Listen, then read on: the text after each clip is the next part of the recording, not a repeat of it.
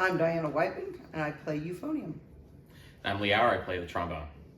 So, Diana, when did you begin playing a musical instrument? I started piano lessons in second grade and continued all the way in through my senior year in high school.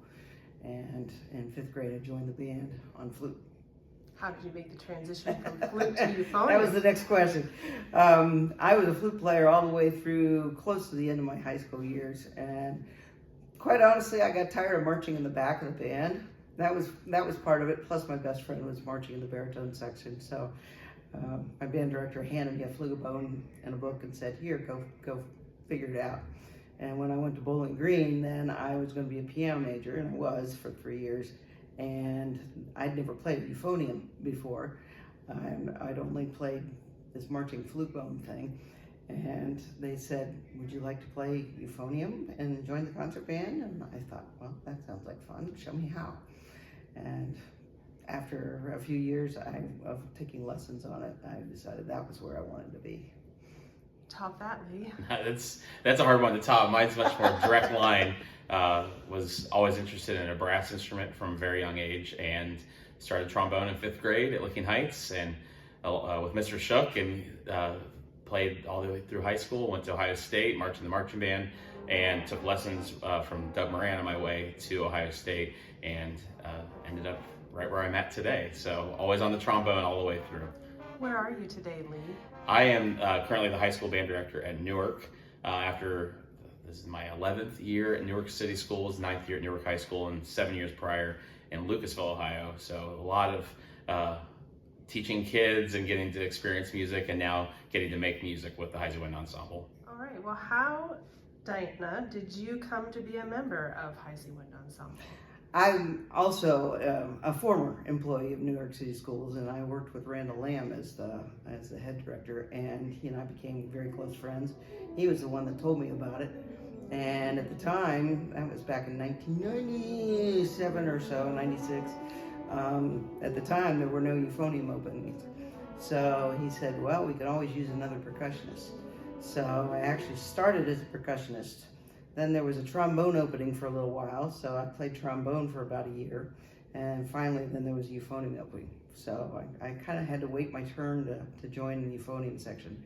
I don't know the timeline of that, but I know I was probably a non-euphoniumist for about five or 6 years. Again, Lee, top that.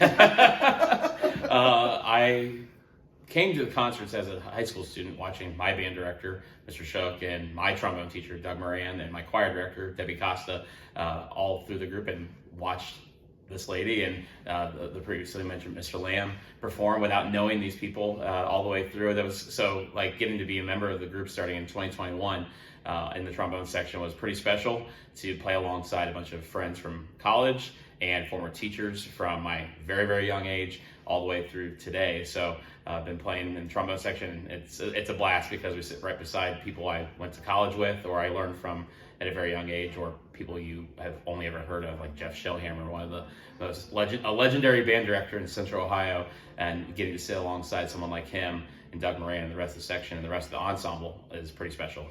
So how long does it take to prepare for a concert? Whether on euphonium or percussion or trombone? I think on percussion, for me, it took a lot longer, because fortunately they usually put me on the keyboard parts, but still I had to practice a lot to try and stay up with that level of performance. I practice. I think it depends a lot on the literature that we're playing. You know, the Christmas music and the Pops concert music tend to be on the easier side. So this concert that we're doing right now, I've put quite a bit of time in, and it's much more challenging literature. So it depends on what we're playing and the situation. The 4th of July concert that we do, there's a lot of literature for that, so that usually takes a little more time too. Yeah, it's similar to what Diana said, that February sometimes there's stuff that needs some extra attention, but Christmas usually it's stuff we've played in the past. This concert, the February concert we're getting ready for right now, is always a little more of a challenge, just because it's typically stuff that we have not been, it's more traditional concert band stuff that is a little bit tougher than pop stuff or Christmas stuff. And the April concert, always look forward to it. You know, I love the popular music, and sometimes it's really tough, sometimes it's not. And July 3rd when we get to play is a blast. Just it's so many marches, and I love marches because the trombone part is always so cool. When I started, Professor Rick Blatty was the director, and I learned a great deal from him. Became very fond of him and his conducting style and his music selection. He definitely had his own stroke to add to the group. Then when Dr. Russell Mickelson came along, his was a different type of music and a different approach to everything, and I think we've gotten perhaps maybe a little bit more serious as an organization, and I appreciate that. The music has definitely gotten tougher. I think Rick Blatty's music was a little bit more of the traditional, and Russ tends to go a little bit more avant-garde or a little bit more contemporary. So it's been a nice mix to play with the two.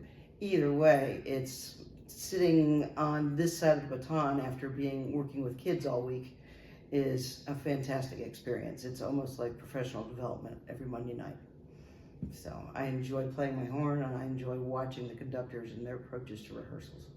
And I've loved getting to play along people who take it as seriously as I do.